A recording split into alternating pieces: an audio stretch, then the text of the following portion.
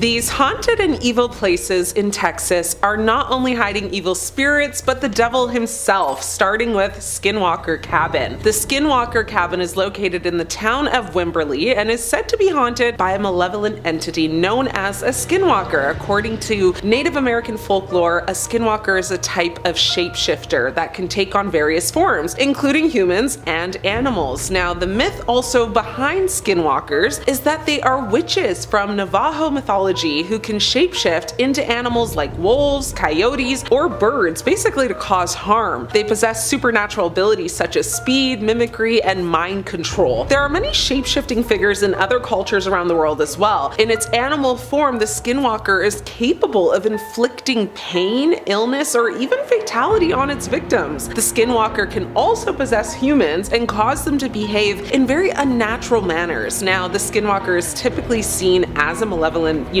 being and is often associated with witchcraft and black magic. A skinwalker may also use the voice of a relative or the cry of an infant to lure victims out of the safety of their homes. Both humans and animals can easily tell a skinwalker from a real animal, as the skinwalker is unable to move completely naturally in animal form. Now, visitors of the cabin have reported strange occurrences such as unexplained noises, movements, and even physical attacks. Some believe the cabin was built on a site where Native American rituals were performed and that the skinwalker entity is a result of these rituals. One person on Reddit shared their experience at Skinwalker Cabin and gave really great details, so if you want to read it all, check it out on Reddit under No Sleep. It's called My Experience at Skinwalker Cabin. And if reading isn't your jam, you can also watch a 2-hour video on YouTube by the Paranormal Files where Colin actually documents his whole experience at Skinwalker Cabin in Texas and showcases the paranormal activity that he caught on camera. Next up is the Driscoll Hotel. The Driscoll Hotel, located in Austin, is said to be haunted by the ghost of its former owner, Colonel Jesse Driscoll. Now, he opened his spectacular hotel on December 20th, 1886, after investing, though, a staggering $407,000 into the work. Rumor has it he lost his pride and joy in a high-stakes poker game. Now, according to legend, Colonel Driscoll passed away in the hotel in 1886, and his ghost has been seen by numerous guests and staff. Guests have reported strange things happening, such as, unexplained noises, movements, even sightings of Colonel Driscoll's ghost. Now, some believe that the ghost is a friendly spirit, while others believe no, it is a malevolent entity potentially sent from the devil himself, who is determined to drive guests away. Apparitions of ghostly brides or the sounds of a woman wailing and crying are frequent accounts from those brave enough to actually stay in a suite there. And there's been reports of a spirit or demon basically messing with electricity and plumbing, likely fascinated, with the hotel's modern conveniences. The most documented Driscoll ghost story, and one of Austin's best ghost stories, is that of Samantha, the 4-year-old daughter of a senator who passed in 1887. In a freak accident, she actually tumbled down the marble grand staircase to her demise while chasing a ball that her father bought her. The Driscoll has welcomed very high society events and historic,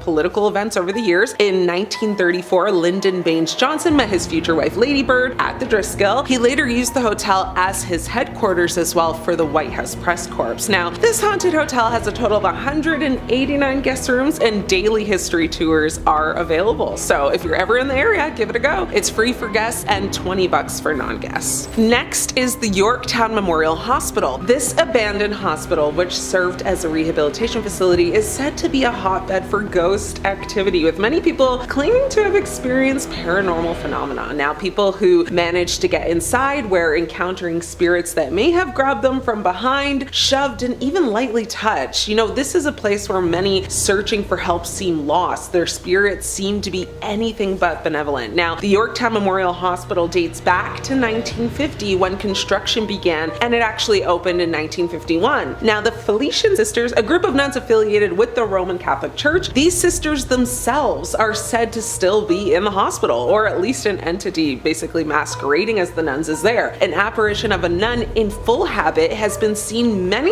times in various areas of the hospital, and it's said that people who visit who also have tattoos have been scratched and rushed presumably by the strict nuns. The 30,000 square foot hospital had administration offices, two 2-story wings with hospital rooms, a chapel, and a basement. It closed in 1986 and later reopened as a Substance and Alcohol Rehabilitation Center, which also closed in the 1990s. Now, the hospital is said to be haunted, with some claiming the spirits of nearly 2,000 people who passed there still linger. The building was featured on the television show Ghost Adventures, where Zach Bagans and his team investigated the alleged paranormal activity. The place is loaded with recorded activity and claims of paranormal occurrences, and that is why it is among the most highly toured and frequently investigated paranormal locations in Texas. Now, the most widely reported apparition at Yorktown Memorial Hospital seems to be a little girl named Stacy. Now, nobody seems to know how Stacy passed away, just that she's very active on the property. She can be found in the library if you sit down and read her a story. She has also rolled a ball by request. Another widely seen apparition is the heartbreaking entity named TJ. Now, nobody knows if that's his real name, but the apparition seems to be the ghost of an addict who came to the back door of the hospital needing help. Now, it seems the back door buzzer was broken, nobody answered, and then they found this poor young man's perished body on the back stoop the next day. Although the property is now privately owned, you can take a guided tour for $25. And if you're a paranormal investigator, that's a cool $500. The Alamo in San Antonio, Texas. Way back when, before the Alamo earned its nickname as the Alamo, it was known as Mission San Antonio de Valero. Now, the site for the church had been chosen by Father Antonio after the monks' first established mission, which had taken a very horrible turn for the worse. The Alamo is definitely worth remembering, though, not just for its pivotal role in the battle for Texas, but also for its haunted activity. Even after the conflict in 1836, many of the battle's perished people were buried in unmarked mass graves. It was not long after the battle had ended that the first sightings, of specters at the Alamo began to surface. So it will definitely be expected that ghosts will be haunting the grounds at night. Security guards have often heard mysterious footsteps. It is said that often construction workers going, and doing work in the Alamo Plaza sometimes pull up skulls and bones. One of the most commonly spotted ghosts at the old mission is that of a blonde-haired boy. He's seen most often in the upstairs left window, which now is actually a part of the gift shop. As the story goes, it is believed that the little boy was evacuated during the siege of the Alamo. Now, although he did survive, it's thought that perhaps his parents did not, and his spirit returns, over and over and over again to the site where he last saw them, which is really sad. Now, during the month of February, his little ghost is seen the most frequently, so go then if you want to see it. Now, a ghostly guard is also still spotted on the south side of the roof, especially on nights when it's rainy or cold. Visitors of the Alamo, which became a museum in 1905, have expressed feelings very, melancholy when wandering through the main chapel area, and some have even felt really depressed, that tears leap to their eyes and they are powerless to control their emotions. Others have reported,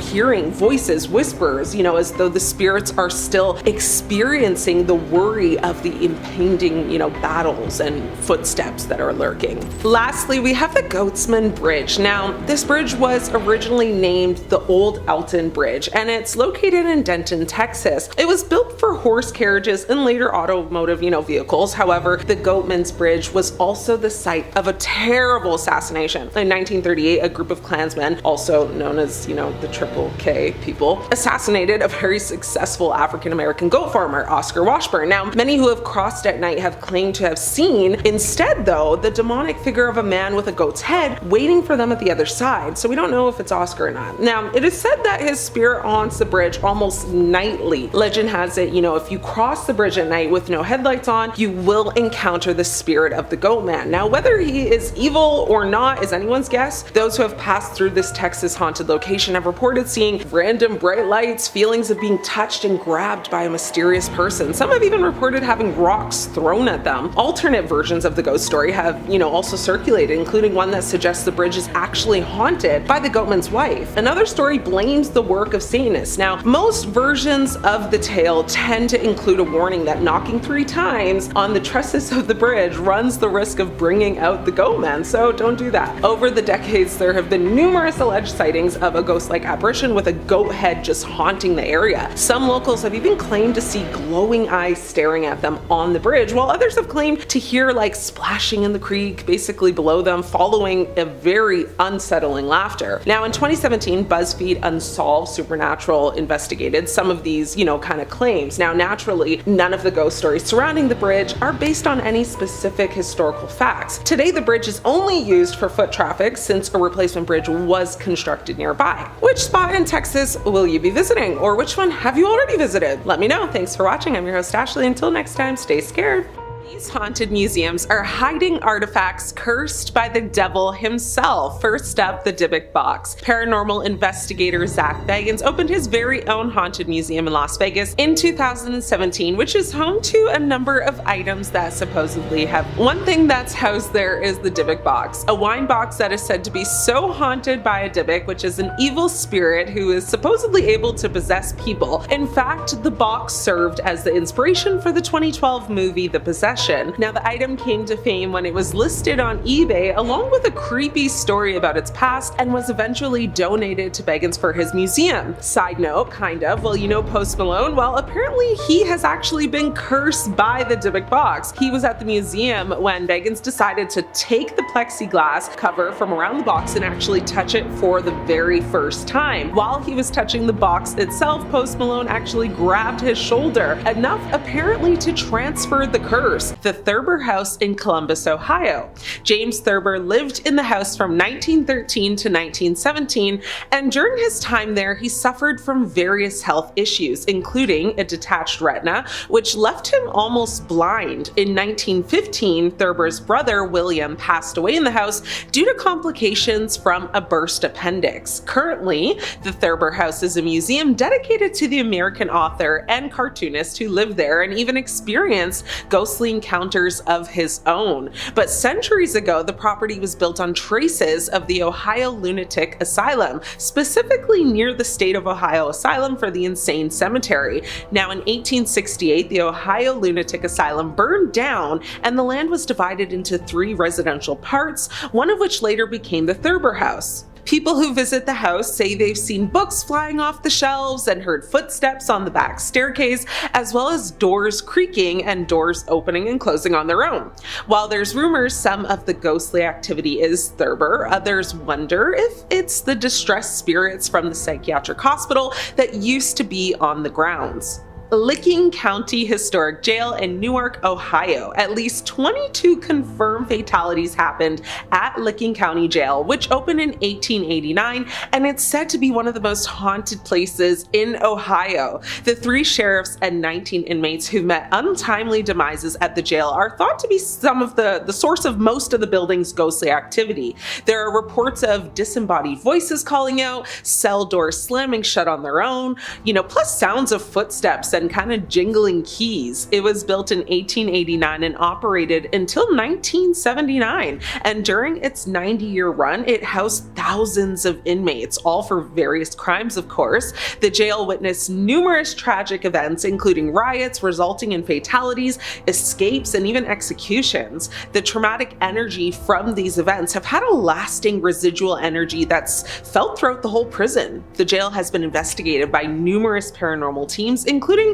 ghost hunters and ghost adventures. They've captured evidence of paranormal activity, including audio and video recordings of just unexplained phenomena. Some visitors even say they've had someone whisper in their ear and seen shadowy figures accompanied by, strange lights. If you'd like to visit, you can. They offer guided tours, so if you're brave enough, go for it.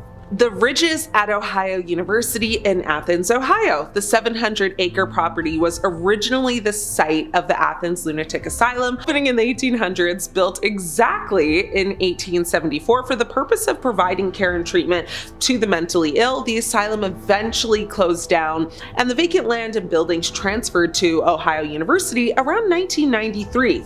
Because the conditions many patients at the asylum endured, many people believe that their restless spirits haunt the buildings that make up the Ridges. Now, in addition to the uneasy feelings, visitors also report hearing screams, rattling door handles, and figures that seem to vanish in thin air. More spooky encounters can actually be found by hiking the area. Now, basically, one of the trails leads to the Ridges Cemetery, where visitors actually say they encounter the graves of patients from the asylum. There have been numerous tragic events that have taken place here, including, a lot of patients passings, many fatally passed due to just poor living conditions, inadequate treatments, as well as tragic accidents. In the early 20th century, a tuberculosis outbreak swept through the asylum, claiming the lives of almost everyone there. And in 1936, a devastating fire ravaged the asylum's administration building. The building is actually still open to the public for tours and paranormal investigations. The Hackett Hotel in Marietta, Ohio. Built in 1899, this hotel has reported numerous ghost sightings throughout the building. While overnight guests report seeing, spectral figures, it's nothing compared to the presence that haunts the Galley restaurant. Now, housed in the old Hackett Hotel, the Galley is, basically it's a restaurant known for its food and atmosphere in the heart of historic Marietta. It was built in 1899, and the building was a popular local spot for decades, and was renovated in the 1980s into another restaurant, at which point the ghosts made themselves very known, and the ghostly activity has continued, from bottles crashing to the floor, glasses flying off shelves, and chairs screeching across empty rooms. The spectral incidents are so frequent, many staffers have actually come to believe it's the work of the same ghost, one that they actually named Charlotte.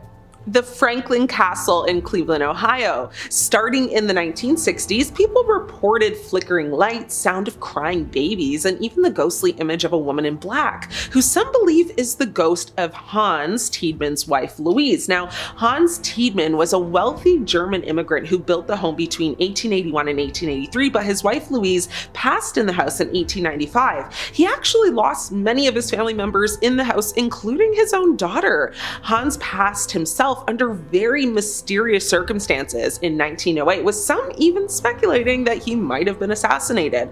The building wasn't accessible to the public for years, but was recently converted into a haunted attraction. So you can now actually book an overnight stay at Franklin Castle, but be on the lookout for its guests who also roam the halls of this historic spot. People have claimed to have heard whispers, screams, banging, doors opening and closing, of course, on their own, lights flickering, objects moving on their own, and legend also has it that Hans built hidden rooms and secret passages within the mansion and may have even hid a treasure, although it's said to be cursed.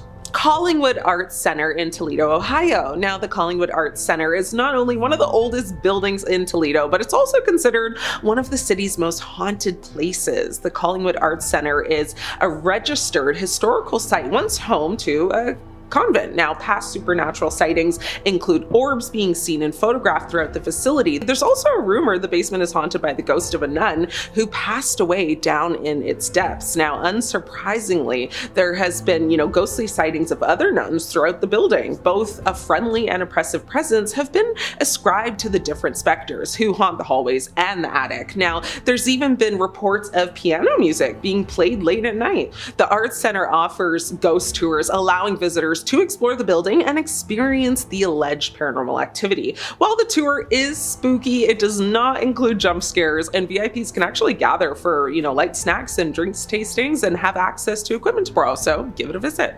South Bass Island Lighthouse in Put-in-Bay, Ohio. Now, visitors to the lighthouse report creepy footsteps, slamming doors, and unexplained noises coming from the lighthouse. Eerily, the origin of one notable ghost, thought to actually haunt the building is a century-old mystery. Prior to a smallpox outbreaks in 1898, Sam Anderson had been hired to look after the island lighthouse. Now, when police went to check on Anderson and make sure he hadn't left the quarantine area, they discovered his body at the bottom of a cliff near the lighthouse. Samuel Anderson's demise was ruled actually a self-inflicted tragedy, yet rumors circulated of a more evil demise. Some believe he'd been pushed and his restless soul was doomed to haunt the lighthouse. The basement where Samuel Anderson lived is a focal point of the alleged hauntings, with some believing his spirit lingers there. States that some people state as well that the lighthouse is one of the most haunted must-see places in Ohio. Riders Inn, located in Painesville, Ohio. So the hotel, which dates back to 1812, was originally built as a stagecoach stop along the Oregon Trail. Now, later it served as a station to basically the Underground Railroad and a speakeasy in the 1920s. Now, the hotel's storied past offers guests a very unique chance to kind of embrace Ohio's history during their stay. Riders Inn was built by Elias Pryor, who was a local prominent farmer. Many believe that Pryor's spirit still roams the inn, watching over his former home. Its most notorious ghost is Suzanne, who's the late wife of the hotel's owner, who passed shortly after their wedding. She's actually been seen throughout the property, and some accounts mention her coming to the hotel door in her nightgown, where she proceeds to let guests inside, if the hotel owners, of course, aren't around. Also, according to legend, a young girl passed in the inn as well, and her spirit remains often seen playing or running through the halls as little kids would. Now, there's been lots of reports of guests seeing ghostly figures, hearing unusual noises, and some have speculated that because the inn's location is actually built on Native American land, that might contribute to the paranormal activity as well. The inn to this day will host various events such as, mystery dinners, ghost themed parties, and paranormal conferences. So it's a must visit destination if you're a ghost enthusiast, history buff, or just looking for a really unique experience should you find yourselves in Painesville. The Ohio State Reformatory in Mansfield, Ohio. Once serving as a state prison, the Ohio State Reformatory housed more than 150,000 inmates throughout its time. This haunted Ohio prison, which is also called the Mansfield Reformatory, has just led to several ghost sightings. Today at the Ohio State, Reformatory, there were several types of paranormal events that have happened, and there's also events that are available for visitors looking to experience its haunted history firsthand. Now, otherworldly presences, at the Ohio State Reformatory include a guard making his round and a shadow person in a former administrative office area on the 3rd floor. Visitors also say they experience strong energy and very unsettling emotions, which is attributed to, the more than 200 people, including 2 guards, who actually passed away in the prison. Lastly, we have the Majestic Theater in Chillicothe, Ohio, known as America's oldest continuously operating theater. Now, the Majestic Theater has been screening into the hearts of film fans since 1853. The restored Masonic, Opera House offers live comedy, movie nights, special events, and a few ghosts as well. The Majestic Theater is actually said to be haunted due in large part to its use as a temporary morgue during the Spanish flu epidemic that swept through nearby, Camp Sherman in 1918. Now, bodies were stacked in the dressing rooms beneath the stage as a holding place until they could be embalmed on the stage, basically. Now, the ghost of a little girl appears to haunt this very historic theater. Past paranormal investigations have actually captured her presence on audio recordings, but she's not the only ghost in this haunted place. Visitors have also reported a very unsettling presence in the hallway and a man dressed in a suit and tie. He's been spotted actually walking up the aisles towards the stage. Which haunted spot in Ohio have you visited or maybe want to visit? Let me know. Thanks for watching. I'm your host Ashley. Until next time, stay scared. The Parin family's haunted farmhouse. Ed and Lorraine investigated the Parin family's farmhouse in Harrisville, Rhode Island, which was allegedly haunted by evil spirits. The Parin family, including Roger and Carolyn Parin and their 5 daughters, moved into a farmhouse in Harrisville in 1971, where they claimed to experience a series of paranormal events. The family reported seeing apparitions, hearing strange noises, and experiencing poltergeist activity, including objects moving and beds levitating. On August 22, 1973, Ed and Lorraine captured footage of Carolyn Parin, the family matriarch, allegedly becoming possessed by an evil spirit. The footage shows Carolyn's eyes rolling back, her voice changing, and her body contorting in unnatural ways. Andrea Parin, the oldest of the Parin children, said, "These were spirits who had an attachment to the property. 8 generations of one extended family had lived and passed at the farm, and some of them had never left." Number 5 on this list is the Plaza Theater Performing Arts Center. Built in 1930, this beautiful theater has had many shows and screenings here over the years. For 55 years, it was in operation as one of the premier spots to have your movie shown, but in 1985, the theater shut down. It remained as such for about 20 years when in 2006, it began to get renovated. Now it's mainly just for live theater and other performance art in the city of El Paso. Like a lot of beautiful old theaters though, as time passes, legends emerge, and this one in particular certainly has its fair share. The Plaza Theater for Performance Arts Center has 3 primary ghostly apparitions it houses. The first is our very standard and very classic drifting woman in white. Looking sad and down on her luck, the spirit of this woman will often drift around through the rafters and has been seen by many workers throughout the years. The second is a man in all black who materializes in front of people. He's described a bit like a shadow creature, but slightly less menacing. I suppose if we have our woman in white, it's only fitting that we have a man in black to get a little bit of variety going. The third ghost sticks with the theme of spicing things up and is actually a little boy with a bouncing ball. It's not a basketball, but a small bouncy ball that the child seemingly plays with as he haunts the theater. Nobody knows the origin of these ghosts or how they got here at all. Are they connected? Maybe once a family unit who died here together, or are they all separate and have each suffered strange tragedies at this location over the century? El Paso, I'm sure, has some other theaters, and I'd stick to those ones if you're looking to watch some live shows if you're there. Number 4 on this list is Henley Row.